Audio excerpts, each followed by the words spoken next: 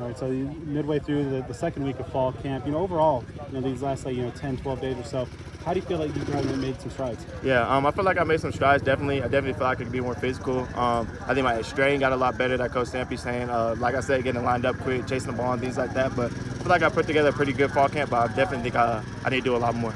How are you feeling kind of comfort-wise in this offense? Obviously going through spring ball and kind of learning in the summer, and just now that you're out here in fall camp, how do you feel just the offensive cohesion, comfort is coming along? I think it definitely has grew a lot. I think people are starting to have a lot less busts, is what we call them when you mess up a player, things like that. I think for as a whole, as a unit, I think we're getting a lot more comfortable, and like I said, we're playing a lot more straight. As for me, I think I have a pretty good grasp of the offense. I'm not gonna lie, I feel like if they put me at X, Z, or A, even H, if it's not a blocking assignment, I feel like I pretty much know the whole playbook.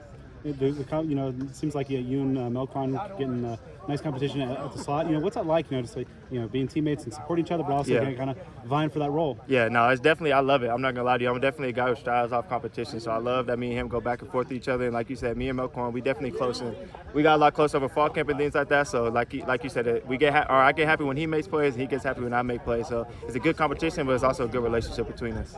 Quarterback battle's kind of taking center stage, obviously, and not yet knowing exactly who that QB1 is going to be, and just with the rotation, just one day is kind of more Trent, one day is more Drew.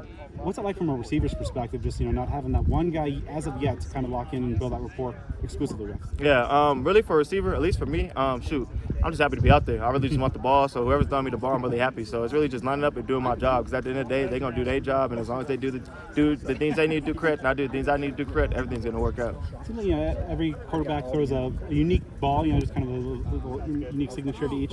What's a Trent ball look like compared to a Drew ball? Yeah, I think Drew has a little more, I would say, an arc on it, a little more distance, I guess you could say.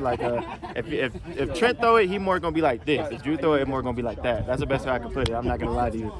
The next couple weeks leading up to the opener on the 31st, what are the things that you want to make sure you get done to make sure you're ready for the 31st against Southern Utah? Yeah, no, really just going back to that physicality and the strain. On top of that, chasing the ball, blocking and things like that, really just putting on a little more weight. Of course, fall camp comes around, you're going to lose a little bit. I went to 180 this morning. Hopefully I get back to that 185, 190 range before the first game. And then other than that, really just my run after catch. I think I have a pretty good hands. I think I catch almost mostly everything that comes my way. So really just once I do catch that ball, getting more yards and more touchdowns and things like that to help the team. What's a successful 2023 look like for you? Obviously, you had the breakout season a year ago. What do you want to do to follow it up? I want to have even a bigger breakout year. I want to lead the Pac-12, the nation, whatever I can lead in every receiving stats. And as far as a team, I really just want to win a Pac-12 or make history. This is the last year the Pac-12 going to be together. Why not us? That's what I think. Every year there's a team who comes and blows it up. Washington last year was ranked super low, and they came out of nowhere and blew it up. They had a new coaching staff. They had some player transfer in and things like that. So my motto is always, why not us? Literally, I really just want to make history with this team.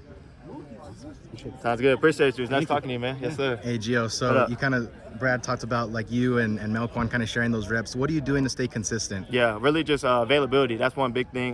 Regardless of how my body feels, if I'm sore, if I got an injury or something like that, unless it's really something I can't go with, I'm going to be out there practicing as hard as I can every rep. What do you think between you and Melquan, you guys kind of do the best? What do you do the best, and what does he do the best that really has you guys sharing those reps? Yeah. I don't really know. That's a good question. I've really thought about that lately. I know Quan, he puts a really good effort and strain. He's always going to go balls to the wall. He has good hands. He's shifty. He's a quick guy. For me, I think I have a pretty good strain and effort. I think I make some great catches and things like that. I think I got some pretty good run after catch. So I never really thought about, really what it was, but I think we're both pretty great players. Mm-hmm. And you talk about, why not us? That why not us mentality.